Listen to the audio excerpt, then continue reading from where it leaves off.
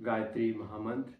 ओम भूर्भुवः स्वः तत्सवितुर्वरेण्यं भर्गो देवस्य धीमहि धियो यो नः प्रचोदयात्। ओम गुरु ब्रह्मा गुरु विष्णु गुरुरेव महेश्वर गुरुरेव साक्षात् परब्रह्म तस्मै श्री गुरुवे नमः।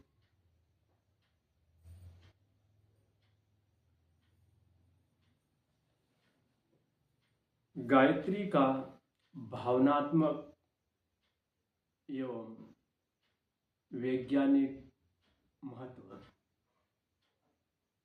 गायत्री उपासना का भावनात्मक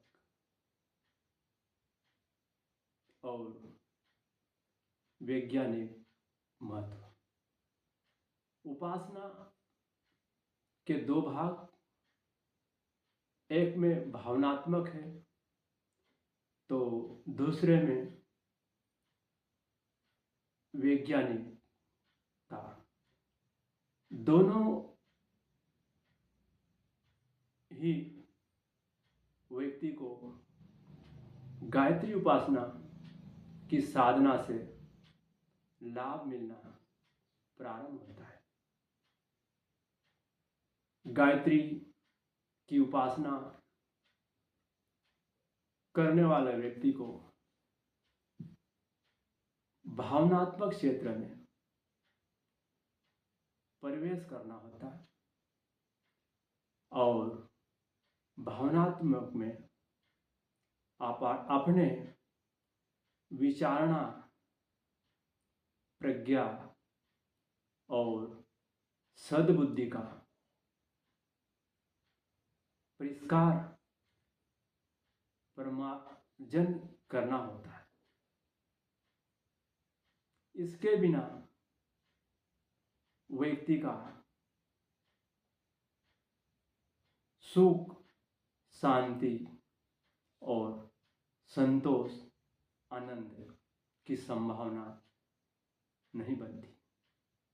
भावनात्मक प्रक्रिया गायत्री उपासना के लिए आवश्यक है। मानव जीवन को दो महत्वपूर्ण पहलू से पूर्णता होती है। एक वो है कि जो आत्मिक प्रगति हो, आत्मा का उद्धार हो, और दूसरा पहलू है कि जो भौतिकवाद में व्यक्ति जो जी रहा, उसके जीवन यापन के लिए भौतिकता भी आवश्यक है। साथ साथ में शरीर को मानसिक निरोगता भी आवश्यक है। आत्मिक एवं भौतिक गायत्री उपासना के लिए दोनों आवश्यक है। साथ साथ में उपासना करने वाले व्यक्ति को, साधक को, दोनों लाभ मिलना प्रारंभ हो जाता है। किंतु व्यक्ति गायत्री का तिरस्कार करता, सद्बुद्धि का तिरस्कार करता, प्रज्ञा का तिरस्कार करता, विचारणों में निष्कृष्टता होने के कारण व्यक्ति आए दिन सुख, शांति खोता जाता, बेचैन, उद्विग्न, असंतोष आदि का शिकार होता रहता। व्यक्ति चाहता कि धन कमा लूं, संपदा बढ़ा लूं, जिससे मैं सुख और संतोष मिलेगा। किंतु देखने में आता कि परिणाम उल्टा ही होता जाता। व्यक्ति धन, संपदा तो बढ़ाता रहता, साथ साथ में व्यक्ति असंतोष, उद्विग्न, बेचैन आदि का शिकार भी होता रहता। व्यक्ति चाहता कि सुख मिले, शांति मिले, संतोष मिले, किंतु धन और संपदा बढ़ाने पे उल्टा प्रभाव गिरता कि व्यक्ति सुख और शांति खो देता। कारण उसका यही रहा कि जिस औजार से, जिस हथियार से हमें जो प्रयोजन पूरा करना होता, वह उसको हम भूल जाते। व्यक्ति को सद्बुद्धि के द्वारा ही, सद्ज्ञान के द्वारा ही, सत्कर्म के द्वारा ही व्यक्ति को सुख और शांति और आनंद, साथ साथ में परमानंद की प्राप्ति होती। किंतु व्यक्ति दुर्बुद्धि के द्वारा व्यक्ति चाहता कि मैं सुख और शांति प्राप्त करूं। दुर्बुद्धि व्यक्ति को दुर्गति की ओर ले जाता। उसमें उनकी विचारणा निष्कृष्टता की ओर रहती, और निष्कृष्टता मतलब निचले स्तर की सोच रहती, वेष्टि की सोच रहती, एक दायरा सीमित रहती। और जिस व्यक्ति का दायरा सीमित होगा तो वह व्यक्ति निश्चित ही उद्विग्न होगा, असंतोष होगा और बेचैन रहेगा।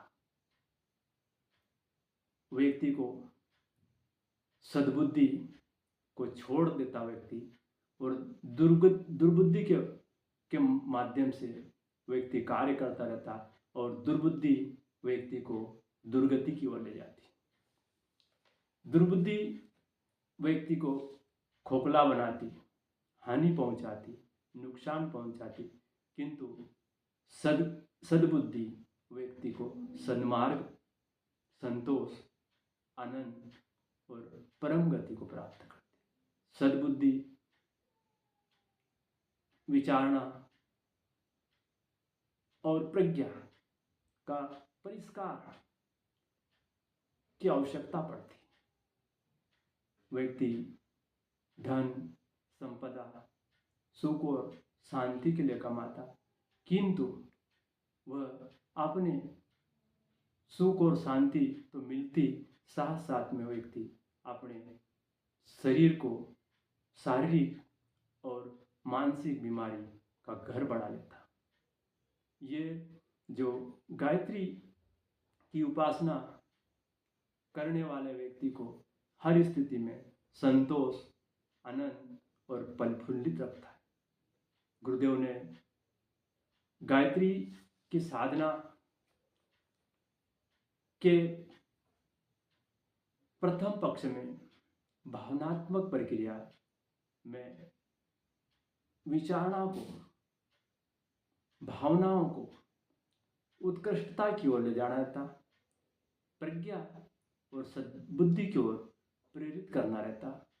तभी हमारी आत्मिक संतोष, आत्मिक प्रगति, आत्मिक उन्नति होगी।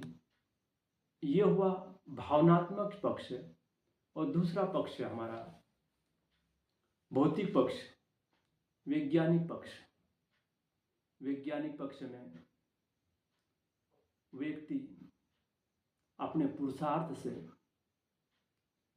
धन और संपदा बढ़ाता रहता, साथ साथ में व्यक्ति अपने दुखों और कष्टों का निवारण कर लेता। ये भौतिक उपलब्धि में व्यक्ति को साधना के बदौलत गायत्री की उपासना से भौतिक पक्ष भी मजबूत होने लगता है, भौतिक शक्तियाँ जागृत होने लगती है। वो वैज्ञानिक पद्धति के माध्यम से उसकी गायत्री उपासना सफल होने लगती है। ये गुरुदेव ने अध्यात्म और वैज्ञानिकता को एक समन्वय करके गायत्री उपासना से कैसे लाभान्वित हो, यह पद्धति गुरुदेव ने अपने वाङ्मय में प्रकाशित की गई कि व्यक्ति अध्यात्म एवं विज्ञान दोनों से कैसे व्यक्ति अपने शारीरिक निरोगता, संपदा और आत्मिक उन्नति कैसे प्राप्त करे। भाई बहनों, मनुष्य को संसार में श्रेष्ठ पुत्र कहा गया। मनुष्य के अंदर जो कार्य करने की क्षमता है वह अन्य जीव में नहीं होती, किंतु मनुष्य सभी प्रकार की कार्य करने में संपन्न होने के उपरांत भी व्यक्ति आए दिन उद्विग्न, दुखी, असंतोष देखा जाता। कारण कि व्यक्ति वेष्टि मेरा हो जाए, मेरेपन में अधिक कमा लूं, अधिक धनवान हो जाओ, अधिक ज्ञानवान हो जाओ, अधिक बुद्धिमान हो जाओ, इस फेर में व्यक्ति कोलू का बेल बना रहता और इसी कारण व्यक्ति को बेचैनी बढ़ जाती, उद्विग्नता बढ़ जाती और असंतोष का कारण बनता जाता है। भाई बहनों, गायत्री की उपासना करने वाले व्यक्ति को सद्गुणों की वृद्धि होने लगती और सत्कर्म से संतोष और सादगी जीवन जीने लगता और वह व्यक्ति संतोष की सांस लेता। ये गायत्री की पंचकोशी साधना पे जो चर्चा चल रही थी, गायत्री की पंचकोशी साधना वैसे एक मुंह और दो भुजाओं से भी पर्याप्त मात्रा में लाभ मिलता, किंतु पंचकोशी साधना का एक उच्च स्तरीय उद्देश्य रहता और पंचकोशी साधना से ही व्यक्ति की जीव आत्मा की बंधन से मुक्ति होती। आत्मा के ऊपर जो आवरण चढ़े हुए उन आवरणों को हटाना रहता। आत्मा के ऊपर जो कालीमा छाई रहती, कालीमा के हटने से जो आत्मा का साक्षात्कार, परमात्मा दर्शन आदि ब्रह्मानंद का दर्शन उसको होने लगता है। आत्मा के आवरण हटने से बंधन से मुक्ति मिलती। वह आत्मा के ऊपर जैसे शीशे के ऊपर, कांच के ऊपर जो कालीमा छा जाती, वह व्यक्ति का स्वयं का चेहरा देखेगा, स्वयं को देखे तो वो धुंधलापन दिखाई देता, उसका चेहरा साफ नहीं दिख। उसी प्रकार आत्मा के ऊपर जो आवरण चढ़े हुए उन आवरणों को हटने पर, आत्मा के निर्मल होने पर ही आत्म साक्षात्कार होता, आत्म दर्शन बताएगा। आत्मा के ऊपर जैसे अंगारे के ऊपर जो राख छा जाती, अंगारा, धधकता हुआ अंगारा, उस अंगारे को राख ने ढक ली और उस राख को हटाने पे पुनः वो धधकता हुआ अंगारा दिखाई देता। उसी प्रकार हमारी आत्मा का दर्शन भी उन आवरणों को हटने से वह उन बंधनों से मुक्त होने के लिए हमें आत्मा का मुक्त ही आत्मदर्शन कहलाता है। भाई बहनों, आत्मा के ऊपर 5 आवरण है और 5 आवरण को प्रथम आवरण में अन्नमय कोश, दूसरे आवरण को मनोमय प्राणमय कोश, तीसरे को मनोमय, चौथे को विज्ञानमय और 5वें को आनंदमय।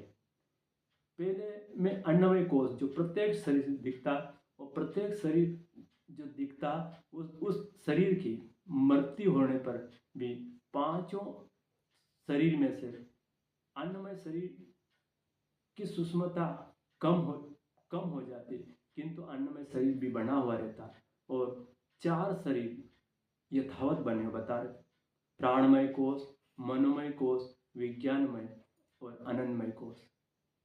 आनंदमय कोश में वही अनुभूति होने लगती, मरने के उपरांत भी चारों कोश यथावत बने हुए रहते हैं। और चारों कोष में दोष, दुर्गुण, लाभ, हानि, काम, क्रोध, लोभ, मोह, अहंकार आदि प्रवृत्तियां यथावत बनी हुई थी, उनका विनाश नहीं होता। और साधना के माध्यम से एक एक आवरण, एक एक बंधनों को मुक्त करना, तभी हमारी जीवात्मा का मुक्त आत्मा कहलाए। वही भवबंधन, वही मुक्ति का मार्ग है। पांच मुख, एक एक मुख की साधना करना रहती और एक एक मुंह से एक एक परत की सफाई होती रहती। गायत्री माता के 5 मुख और 10 भुजाएं। 10 भुजाएं अर्थात 10 इंद्रियों, 10 इंद्रियों की साधना, और माँ भगवती, मातेश्वरी की 10 भुजाएं, जिसके ऊपर 10 भुजाओं का आशीर्वाद हो, वह व्यक्ति सुख और शांति और माता परमेश्वरी की कृपा दृष्टि का पात्र रहेगा।